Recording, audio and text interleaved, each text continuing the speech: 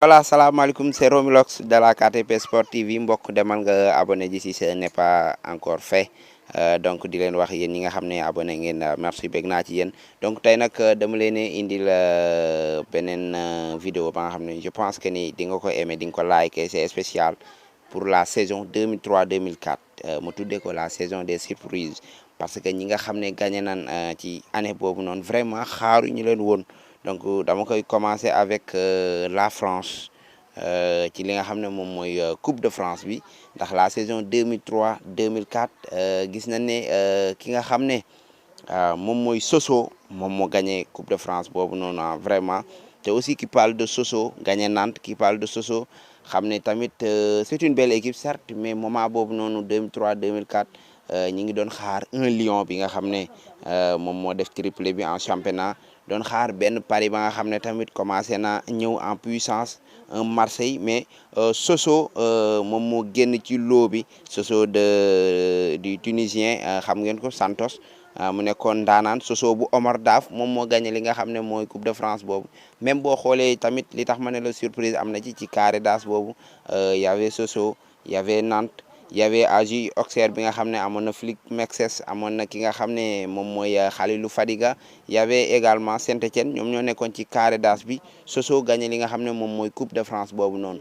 su ma jugee France damay ñëw en Angleterre Coupe de la Ligue anglaise bi nga xam ne Middlesbrough moom moo ko gagné tamit loolu surprise la à mon avis la saison 2003-2004 ndax Middlesbrough dafa yéeg en Premier League daal di ñëw gagné li nga xam ne moom mooy Coupe de la Ligue ci kaw Bolton après 128 ans de disette 128 ans yi nga xam ne gagné wut li nga xam ne moom mooy un trophée donc mu doon lu doy waar damay rester encore une fois en Angleterre cette fois-ci damay dugg en Premier League gis nañ tamit ka nga xam ne moom moo gagné championnat ba di Arsenal surprise am na ci pourquoi mu tuddee ko surprise parce que tamit on n'attendait pas à un tel record certes Arsenal mënoon na gagné championnat boobu parce que y avait une très belle équipe bu fa nekkoon la génération bi nga xam ne depuis l'arrivée d'Arsène Wenger en 97 donc dañ doon def ay performances yu extraordinaires Angleterre en ces périodes bu ñu doon wax classico bu ñu doon wax match bu ñëpp doon xaar ñëpp dañuy xaar Manchester United ak Arsenal parce que y avait des duels entre ñaari équipe yooyu noonu ndax y avait Sir Alex Ferguson côté Man U y avait Arsène Wenger côté Arsenal boo ñëwee tamit ci affaire capitana yi y avait Roy Keane côté Manchester United y avait Patrice Vieira côté Arsenal les vedettes y avait Cristiano Ronaldo fële y avait ki nga xam ne moom mooy Thierry Henry beneen côté bi donc doon nañ xaar bu baax a baax ci ñaari équipe yooyu mais li tax surprise am ci mooy Arsenal dafa gagné Premier League boobu noonu sans défaite donc ñu tuddee leen les invincibles donc ñu gagné ko sans défaite donc looloo tax ma ne la saison 2003-2004 fële ci Premier League surprise am na fa vraiment donc Arsenal tamit joué woon plus de 49 matchs sans li nga xam ne moom mooy la moindre défaite mais loolu ki nga xam ne moom mooy Manchester United moom moo ko arrêté woon daal di koy empêché mu gagné le 50e match donc su ma jógee foofu également damay ñëw ci li nga xam ne moom mooy la Liga de 2003-2004 su ñuy wax Liga su ñuy wax championnat Espagne gars yi sa xel day dem ci li nga xam ne moom mooy le Grand Real de Madrid sa xel day dem ci les Blaugrana les Catalans di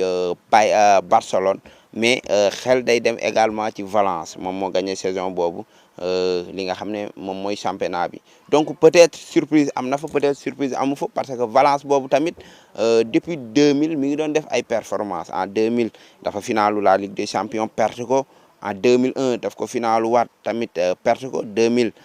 Real de Morientes moo ko gagné 2001 le Bayern de Olivier Kahn moom moo ko gagné en 2004 mu ñëw gagné championnat yi peut-être c'est possible mais pourquoi mu ne surprise la parce que dëkk bi nga xam ne y a le Real Madrid y a le Barcelone mu ne fa nga gagné li nga xam ne moom mooy championnat bi mun nañu wax lu dul surprise ba tey dañuy rester Espagne en finale de Coupe du Roi la Real Saragosse ñëwit gagné ko ci kaw ki nga xam ne moom mooy Real de Madrid mbokk loolu aussi je pense que ni surprise manga ca su ma jugee foofu damay dem fële nga xam ne moom mooy Allemagne avec la Bundesliga bi nga xam ne Werder de Brême moom moo ko gagné ci kaw Bayern de Munich su ñuy wax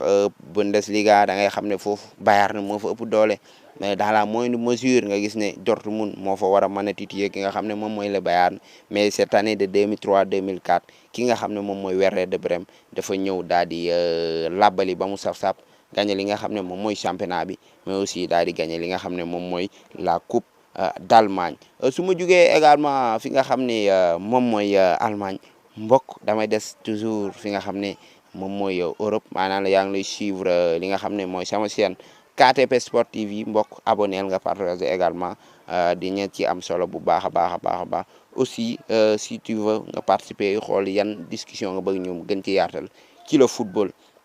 donc Euro 2004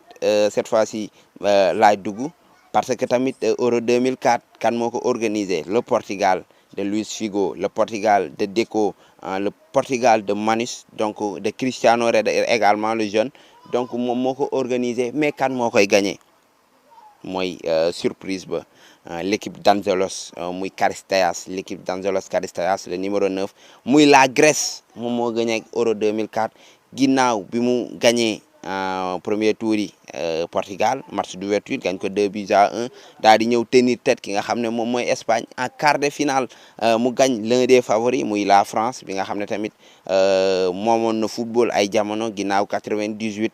mu gagne mondial bi gagne aussi li nga xam ne moom mooy Euro 2000 en 2001 mu daal di ñëw mondial gagne li nga xam ne la coupe confédération en 2003 la même chose donc France boobu noonu tamit nekkoon na une équipe bi nga xam ne c'était une équipe très dure difficile à manœuvrer Grèce daf ko gagné en demi-finale Grèce daal di ñëw tamit gagne li nga xam ne tamit mooy une équipe bi nga xam ne bokkoon na parmi les favoris muy la République tchèque de Pavel Nedved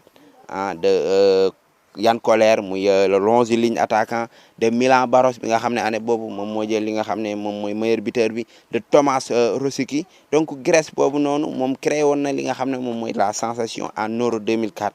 en finale mu dajewaat ak le Portugal de Luís Figo le Portugal de Pauleta le Portugal de Rui Costa Deco Cristiano Ronaldo daal di koy gagnaat 1-0 ci benn corner centre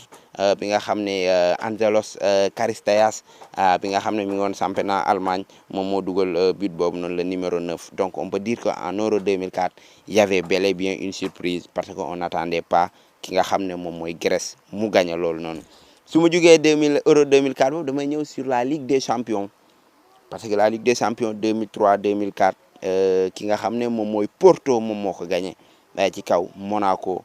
boo déggee affiche boobu xaw na la war na la jaaxal parce que quand on parle de finale de Ligue des Champions xel day dem au moins di nga gis benn Cador benn mastodonte européen mu nekk ci xel day dem ci Real day dem ci la Juventus day dem ci Milan AC bi nga xam ne moom moo ko jëloon la saison précédente 2003 xel day dem ci yeneen à part donc Porto ak Monaco mais boo gisee li lay wan ne surprise am na fi am na yeneen club ya nga xam ne sax dañu ñëw complété li nga xam ne moom mooy équipe yooyu ndax boo xoolee demi-finale bi gis nañ fa des équipes yoo xam ne habitué wuñ jouer demi-finale boobu ku ci mel ne Chelsea en 2004 moom moo dem demi-finale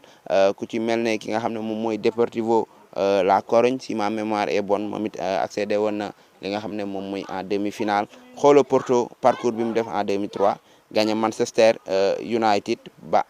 accédé en finale et il faut retenir que ne Man U Porto en huitième de finale la ko gagne xoolal Monaco ñëw gagné le Grand Real de Madrid en quart de finale moom tamit vraiment loolu it performance la ñu ñëw en finale le Porto de Mourinho le Porto de Derlé le Porto de Deco le Porto de Carlos Gomes daal di gagné ki nga xam ne moom mooy Monaco sur la marque de 3-0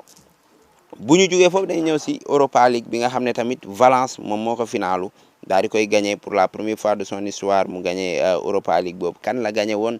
muy Marseille loolu tamit on peut dire que ne surprise am na ci parce que surtout côté Marseille bi nga xam ne it dafa def ay performance éliminé ki nga xam ne moom mooy Liverpool ñu foog na fa lay yem ñëw éliminé waat ki nga xam ne moom mooy Newcastle en demi-finale daal di filé en finale malheureusement ki nga xam ne moom mooy Valence daal di koy gañ mais il faut tamit ñu noter li nga xam ne moom mooy la prestation double XL de Didier Drogba ci compétition européenne boobu d'ailleurs même loolu may na ko li tax mu dem l'année suivante fële nga xam ne moom mooy Chelsea su ma jugee foofu damay ñëw fi nga xam ne guys mooy en Afrique muy la Coupe d'Afrique des Nations 2004 bi nga xam ne Tunisie moom moo ko organisé daal di koy gagné c'est une surprise parce que tamit bu ñuy wax CAN xel day dem ci les mastodontes africains ku ci mel ne tey le Cameroun ku ci mel ne le Nigeria ku ci mel ne le Ghana dans la moindre mesure Sénégal bi nga xam ne en 2002 finale woon na et aussi le grand favori de tous les tournois africains muy l'Égypte bi nga xam ne moo ëpp lu mu ko gagné donc ñu gis ne Tunisie dafa ñëw gagné ko pour la première fois de son histoire on peut dire que ne surprise am na ci après 65 mu perte ko après 98 mu perte ko Ghana ak Afrique du Sud gagné ko en 2004 Tunisie ñëw gagné ko biir dëkkam 2-1 contre kan la woon Maroc la ko gañ Tunisie de Santos Tunisie boobu macha allah tamit mën nañ ne 2004 boobu surprise am na ci li nga xam ne mooy la coupe d'Afrique des Nations donc mbokk loolu laa leen indi loon en résumé bu fekkee ne am na beneen surprise bu la frappé sur la saison 2003-2004 nga bàyyil ma ko ci commentaire yi car dina nekk la nga xam ne lu ma neex a neex la peut-être y a le Ballon d'Or 2004 remporté par Andrei Shevchenko je ne sais pas si c'est une surprise ou pas loolu tamit gis nañ ko ci y a aussi le Ballon d'Or africain en 2004 je ne sais pas si loolu tamit nekk na surprise tamit mais jàpp naa ne daal lii ma leen fi limal en la saison 2003-2004 fait partie des surprises du football comme mon ami l'a souvent dit le football c'est un ascenseur émotionnel à la question pourquoi aimerez-vous le football beaucoup de personnes resteront bouche bée parce que yëfi jinne la yëfi génie la machallah c'est cette raison là qu'on aime le football nous sommes des fadas donc guys demal nga abonné ji si ce n'est pas encore fait c'était Romilox